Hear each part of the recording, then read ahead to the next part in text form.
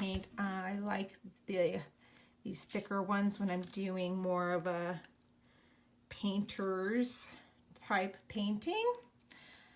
We have these listed in our supply area too.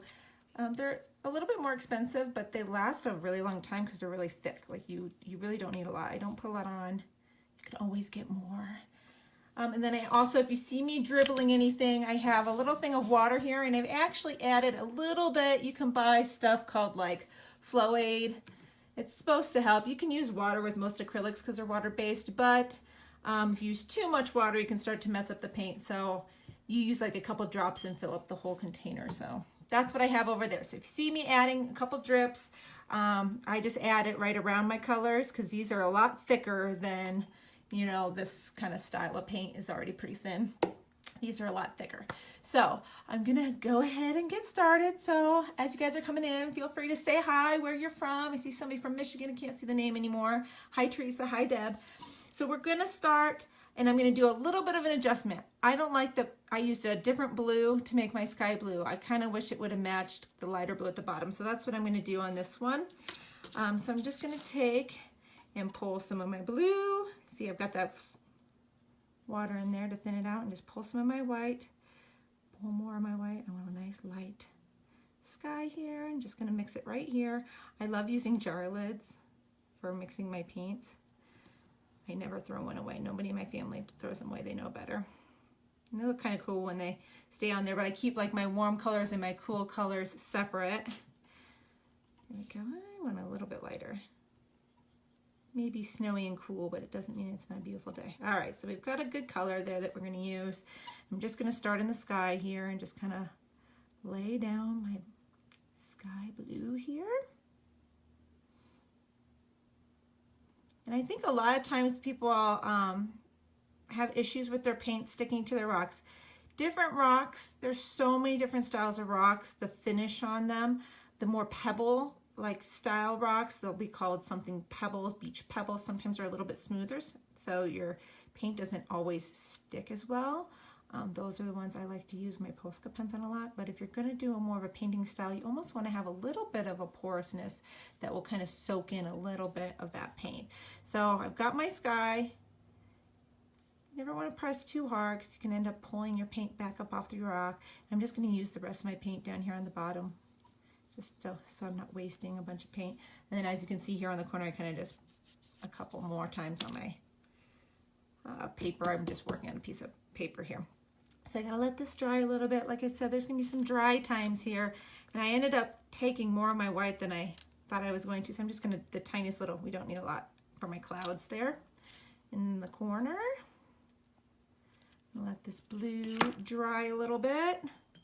Add one little drop, and I add the water off to the side here, just so that I can pull out of it when I want to. So hi Lori, hi Dilla. Is it Daya? Probably Daya. And we're just going to add a little bit of that into our white, so it's a little bit more fluid. And I grabbed a clean brush so that I don't have any of the blue. I'm already going to have issues with probably pulling up a little blue because I am impatient with making you guys sit around in here and waiting while I'm painting. So it looks fairly dry. So I'm going to go more of a dabbing motion so I don't pull up my paint. I'm just going to add in a couple little clouds, and I'm just going to do my outer edge of my cloud first. Kind of put it in there, grab more paint, and kind of add these in here. And then I'll do another layer of white once it's all said and done and dry. We're just going to kind of add those in there now. And you know, I told you I was, you know, zoning in on Bob Ross a little bit. So what does every cloud need, or every tree need? A little friend, right? So we'll have one coming in from over here.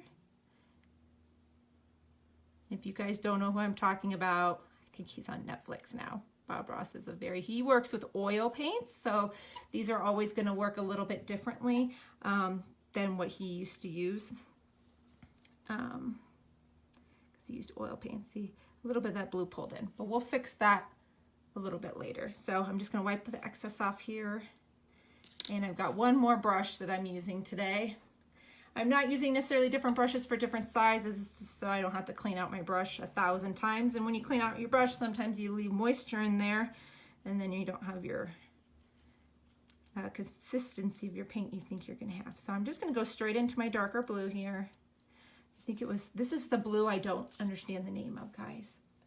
I'm not even going to attempt to say that, but that's the color of blue I'm using.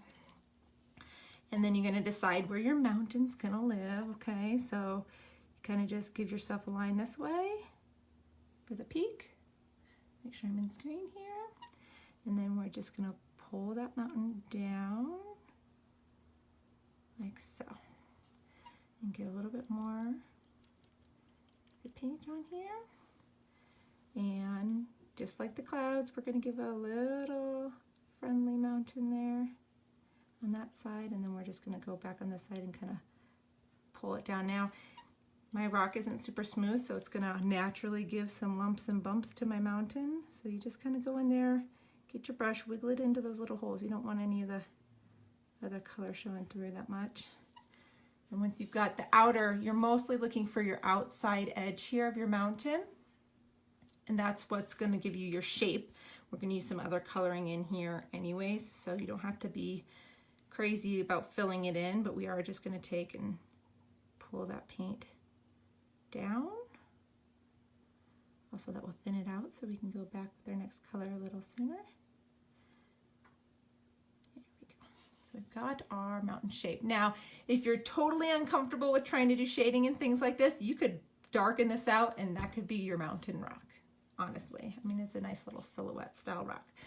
But we're going to go a couple steps further here, just because why not? So I'm going to use my light brush. So now I'm officially going to have a light brush and a darker brush. So I'm going to use my light brush here that had the white. I'm going to go back and pull the white here right from the top. You just want a little bit of blue in it, not much at all. And then we're going to do our highlighted side of our mountain with this. But we're going to have to let this dry just a smidge more. So again, this is why I use my Posca pens a lot for my lives, guys. Plus, I think they're fabulous, but also because if I get antsy just sitting here waiting for me to paint, I'm sure you guys do too. So I just need it a little bit more dry so I don't pull up too much of the blue from underneath. And then we're going to go right along the top of our mountain here, and we're going to kind of pull it away. So just imagine the way that the mountain kind of come down and pull away. So we're going to go along the top and kind of get your highlight. And if I go past that crease, that pushes this other mountain back. And you can kind of pull it down and away. And I'm trying not to press hard, almost so that it can kind of skip along just a smidge. He used to use his palette knife for this. I do not have a palette knife. Just like that. And you get these little highlights and swooshes of snow. And then I'm going to wipe off this brush because I don't want that blue that I pulled from underneath. I'm going to go right back into my color here. I'm going to do the same thing on the one that's a little further back. And I don't want too much paint, so I'm going to just make sure I don't have too much. And just right along that edge and pull it away. It's a thing, you can always grab some more paint if you need it. It's hard to take it off. So there you go, you got your little highlight on that side while you're over here. Just like that. See how that gives it a three-dimensional look? Just that little highlight does that. Okay, and I got a little bit up here missed. See if I can get that little bit without messing it up. Tippy top usually is always going to have that nice little snow cap. Now I'm going to take my darker of the two brushes and I'm going to go right into the blue color that I kind of used for the sky, but I want it a little bit darker. So I've got a little bit of this blue, a little bit of that blue. I'm just going to blend it right in the middle here. And we're going to add some texture and some highlights to the other side, because even though it's the shady side of the mountain, there's still little things going on there, right? So I'm just going to kind of dab back and forth. I want it a little bit lighter than the shadow I've got there, but not much. And then you're just going to start at the top and you're going to pull kind of down and away and kind of let it bump over it. And the natural little bumps in your rock will kind of help with this, and pull it away. And it's okay if you pull past the bottom of your mouth because we're going to cover that anyways. Just like that. And there you go. So we've got our mountains. I think that one looks way better than the first one. So see, first mountain that I did. This is the first time I've ever attempted a mountain on rock, this one right here. Second mountain, see how much better? Just one time. So if you're ever nervous to try these things, just try them, okay? All right, so now we're down to the bottom. So mountains are usually in the back. We're gonna add some landscape to pull it a little bit forward. So I'm gonna start with my darker brush here. I need it to be darker than the mountain, so I'm gonna add a little bit more of my dark blue here. Not a lot, just a smidge, because I feel most of mine got a little bit diluted there. There we go. And we're gonna just dab into it, like more of a up and down motion to get it on there. And it's gonna be kind of thick, so, and I'm bouncing the whole table, so I hope you enjoyed that little bumpy ride. So I'm gonna dab it once on my paper, because I don't want it to be too much paint. And we're just gonna kind of dab almost a tree line along the base of our mountains here. Just kind of like a little fluffy tree line. That's almost not even dark enough. I might even add the littlest bit, I mean the littlest bit of black ever. I'm gonna thin out the black, so I'm gonna put it over here. Tiniest bit of black, go right in there, because I don't want it to be thick. I don't want it to overpower my blue. We're just gonna go in there and add a little bit more dark to that, because I want it to stand up in the mountain a little bit when we add our highlights. Okay, so we're gonna go right back. Again, I'm gonna dab on my paper, make sure that I don't have too much on there. And just add that tree line. You can use the rest of that ink on your brush, pull it forward. I don't know that I'm gonna do the snow in the front of this one or not. And then we're gonna just add a darker, or not, I'm sorry, excuse me, a lighter layer on top of those to give them some more definition. So I'm gonna be probably done with my white. I don't think I'm gonna have enough space to really do that snow in the front on this one, which is totally fine. They're not all gonna be the same. I'm gonna do the same thing, more of a dabbing motion, but I'm gonna create a highlight color here between these and dab up and down. And I'm sorry, this is making my camera bounce that I'm doing this motion. So we're gonna dab up and down just like that. Maybe get it a little thinner.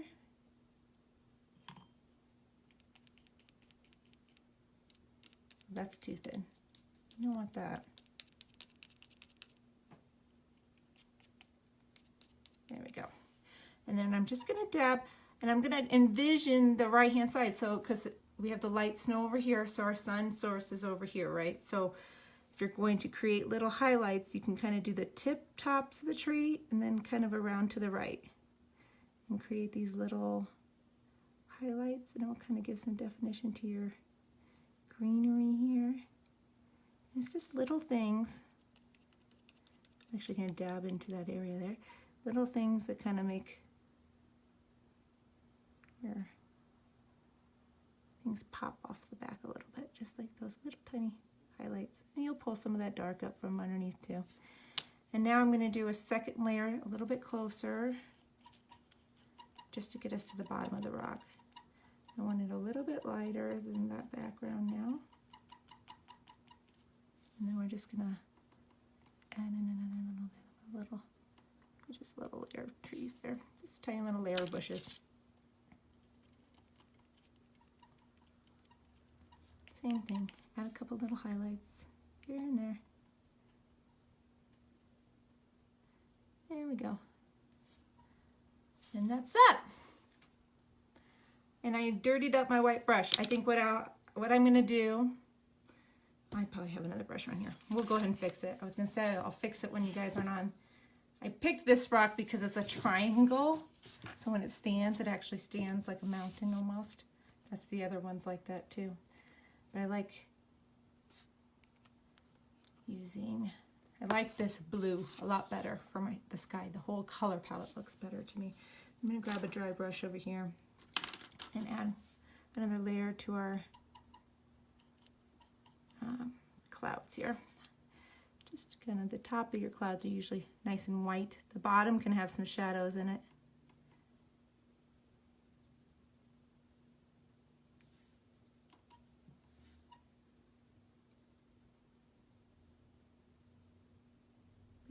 tops be nice and light. There we go. Here we go. Hello, Margaret. Hello, Lori. Glad you guys are popping in. Again, we're doing acrylics today, so it's a little bit of a longer live, but I'm telling you, if you're nervous to try these kind of style of rock, just do it. Pick up your brush. Worst case scenario, if you don't care for it, base coat over the whole thing and try again, right? But I'm telling you, this is my second mountain, and even from my first to my second here, I feel it's a vast improvement. So thank you guys that stopped in live to watch. I appreciate it. Thanks for all the hearts, comments, and shares and everything, everybody. So I'm finished for today. I hope you guys give this a try. Even if it doesn't turn out perfect, I'd love for you to try it out. Come back, leave your pictures in the comments below. I'd love to see what you guys create. And as always, I hope you enjoy painting your rocks, and we'll see you all real soon. Bye.